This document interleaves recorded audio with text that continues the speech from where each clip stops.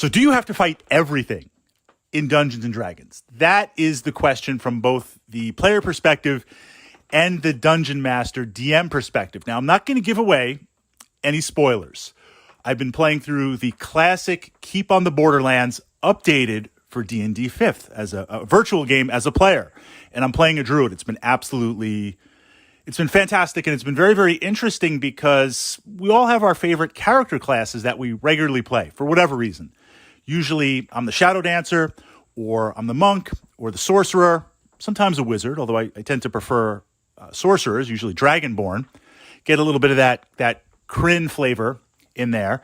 But in this adventure, the way we were playing is you roll your stats hardcore, and that's the character that you want to build around. So if I have low intelligence or low charisma, nothing is stopping me from playing that character kit, but it won't be optimal. And this is going to be a very, very hardcore adventure. If you remember Keep on the Borderlands from the classic D&D Red Box, it's not exactly baby cakes. It builds itself as a low-level adventure levels 1 to 3.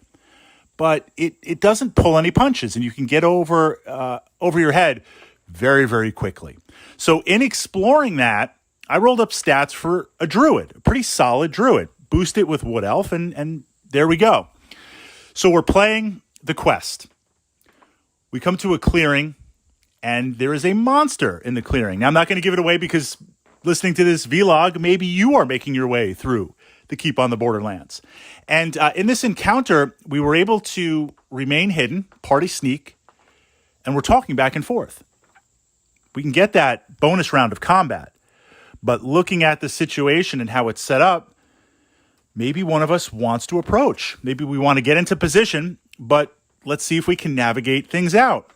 So when we approach the monster, we communicate back and forth, make some checks, a little bit of good old-fashioned role-playing to convince the DM, and next thing you know, we have the monster on our side. And as we've been going through, we've been picking up various NPCs and various followers in the party. So we've got like literally a crew of like 10 following us. And from that perspective, being the DM, that got me thinking, most of the time, the way D&D is set up or presents itself, an encounter is something you have to fight. And many times the monsters will not give you a choice. They're acting from that perspective. But as the DM, what I try to do is I try to insert my knowledge and my understanding of the situation and the stats of the monster into the game, right? We have the opposite perspective. If I'm a 5th level fighter in the game, I've never encountered a dragon before. This is my first dragon encounter. I've heard tales.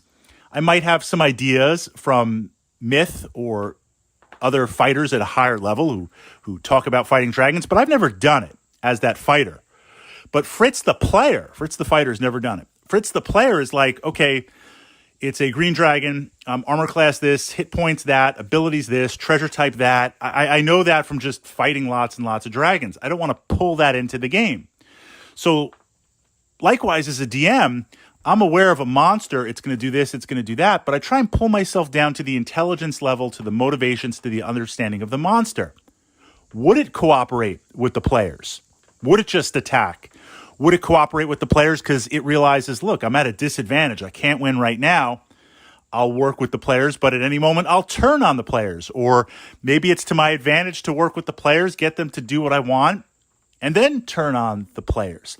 And I find from that perspective, trying to remind myself, even as the players are getting ready to attack, if the monster/encounter has that knowledge, maybe it will open up and facilitate communication. It will give the players that option. Now, they might still attack, but I've been trying to be more mindful from this encounter on the Keep of the Borderlands of monster intelligence, encounter intelligence, and the scope of that in the ecosystem of the game.